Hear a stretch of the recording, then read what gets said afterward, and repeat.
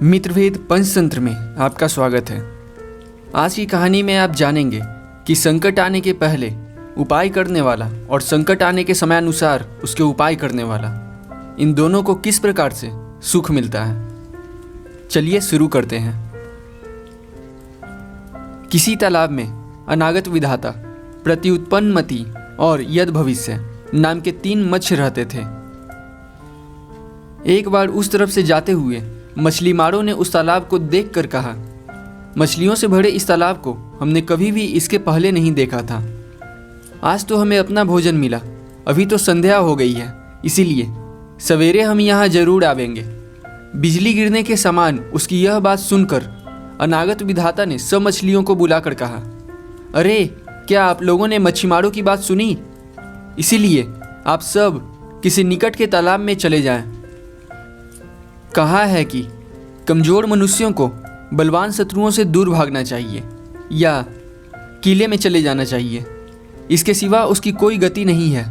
जरूर ही सवेरे मछली मार आकर मछलियों को मारेंगे, यह मेरा विश्वास है। इसीलिए क्षण भर भी आप यहाँ का ठिकाना न रखें। कहा है कि जो मनुष्य सुख के साथ दूसरी जगह जा सकता है, ऐसा विद्वान अपने देश की हार और कुल का क्षय नहीं देखता। यह सुनकर प्रति उत्पन्नमति बोला, आपने ठीक कहा, मुझे भी यह बात मंजूर है, इसीलिए हमें दूसरी जगह चले जाना चाहिए। कहा है कि प्रदेश जाने से डरने वाले कपटी, नपुंसक, कौए, पागल और मृग अपने ही देश में मरते हैं। जो सब जगह जा सकता है, वह आदमी अपने स्वदेश प्रेम से क्यों नष्ट हो। यह तो मेरे बाप का कुआं है, यह कहकर उसका खारा पानी केवल कापुरुष ही पीते हैं। यह सुनकर जोरों से हंसता हुआ यद भविष्य बोला, आपने यह ठीक बात नहीं कही। केवल मच्छीमारों की बात से ही अपने बाप दादों का यह तालाब छोड़ देना ठीक नहीं।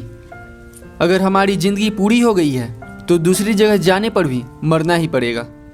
कहा है कि अरक्षित भी अगर दैव से रक्षित है तो वह बचता है, और सुरक्षित भी भाग्य का मारा हुआ तो उसका नाश होना तय है। वन में छोड़ा हुआ अनाथ भी जीवित रहता है, और घर में यत्नपूर्वक रक्षित का भी नाश हो जाता है। इसीलिए मैं तो नहीं जाऊंगा, आप लोगों को जैसा सूझे कीजिए। उसका यह निश्चय जानकर अनागत विधाता और प्रति उत्पन्नमति अपने परिवारों के साथ चले गए। सवेरे उन मच्छीमारों ने जालों से तालाब को हिलोड़कर यद भविष्य के साथ ही साथ उस तालाब को बिना मछलियों का बना दिया। इसीलिए मैं कहती हूँ कि संकट आने से पहले उपाय करने वाला और संकट आने के समय अनुसार उसका उपाय करने वाला, इन दोनों को सुख मिलता है, पर भाग्य के ऊपर भरोसा करने वाले का नाश होता है। यह सुनकर टिटिहरे ने कहा, क्या तू मुझे यद भविष्य की तरह मानती है? देख मेरे बुद्धि का प्रभाव, जिससे मैं इस दुष्ट समुद्र को सुखा दूंगा। टिटिहरी बोली, अरे समुद्र के साथ तेरी कैसी लड़ाई? तेरा समुद्र के ऊपर गुस्सा करना ठीक नहीं। कहा भी है कि कमजोर आदमी का गुस्सा उसी के लिए तकलीफ देह होता है। बहुत जलता हुआ मिट्टी का बर्तन अपने बगलों को ही जलाता है, और भी अपनी तथा शत्रु की ताकत जाने बिना जो केवल उत्सुक होकर सामने जाता है, वह आग में पतंगों की तरह नष्ट हो जाता है। टिटिहरे ने कहा, प्रिय ऐसा न कह, उत्साह और साहस से भरे छोटे भी बड़ों को हरा देते हैं। कहा है कि असहनशील पुरुष विशेष करके भरे पूरे शत्रु का सामना करते हैं, उसी तरह जिस तरह राहु पूर्ण चंद्रमा का सामना करता है। और भी अपने शरीर से प्रमाण में कहीं अधिक तथा जिसके गंडस्थल से काला मद गिर रहा है, ऐसे मस्त हाथी के सिर के ऊपर सिंह अपने पैर रखता है।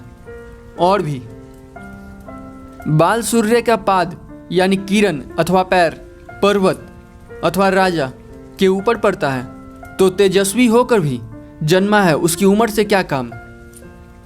खूब मोटा ताजा हाथी भी अंकुश के बस में हो जाता है, फिर क्या अंकुश हाथी के बराबर होता है? जलते हुए दीपक से अंधेरा हट जाता है, फिर क्या दीपक अंधेरा जितना बड़ा होता है? बिजली गिरने से पहाड़ गिर जाते हैं, फिर क्या बिजली पहाड़ जितनी बड़ी होती है?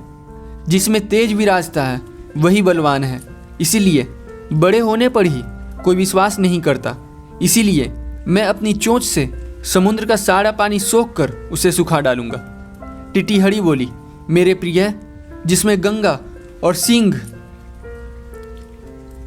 यानी सिंध नित्य 900 नदियों लेकर प्रवेश करती है, ऐसे 1800 नदियों से भरे जाने वाले समुद्र को केवल एक बूंद भरने वाली तेरी चोंच से किस तरह सोख सकेगी? ऐसी गप उड़ाने से क्या फायदा? टिटीहड़े ने कहा, प्रिय, उत्साह ही लक्ष्मी की जड़ है। मेरी चोंच लोहे जैसी है और रात दिन काफी बड़े हैं, फिर समुद्र कैसे नहीं सूखेगा? जब तक पुरुष पुरुषार्थ नहीं करता तब तक उसे बड़ाई नहीं मिल सकती। सूर्य तुला में आरूढ़ होता है, यानी तुला राशि का होता है, अथवा शत्रु पक्ष की तुलना में उसकी बढ़ती होती है, तब बादलों के ऊपर उसकी विजय होती है। टिटीहड़ी ने कहा, यदि तुझे समुद्र के साथ वैर करना है तो दूसरे पक्षियों को बुलाकर मित्रों को साथ लेकर करो। कहा है कि निस्सार वस्तुओं का समूह भी अजेय बन जाता है, तिनकों से वटे रस्से से हाथी भी बंध जाता है। उसी प्रकार चकली, कठफोड़वा, मक्खी और मेंढक इत्यादि बहुतों के साथ लड़ाई करने से हाथी की मृत्यु हुई। टिटीहड़ी ने कहा, यह कैसे? टिटीहड़ी ने कहा, आज के लिए बस इतना ही। मिलते हैं मित्रभेद पंचतंत्र की अगली कहानी में।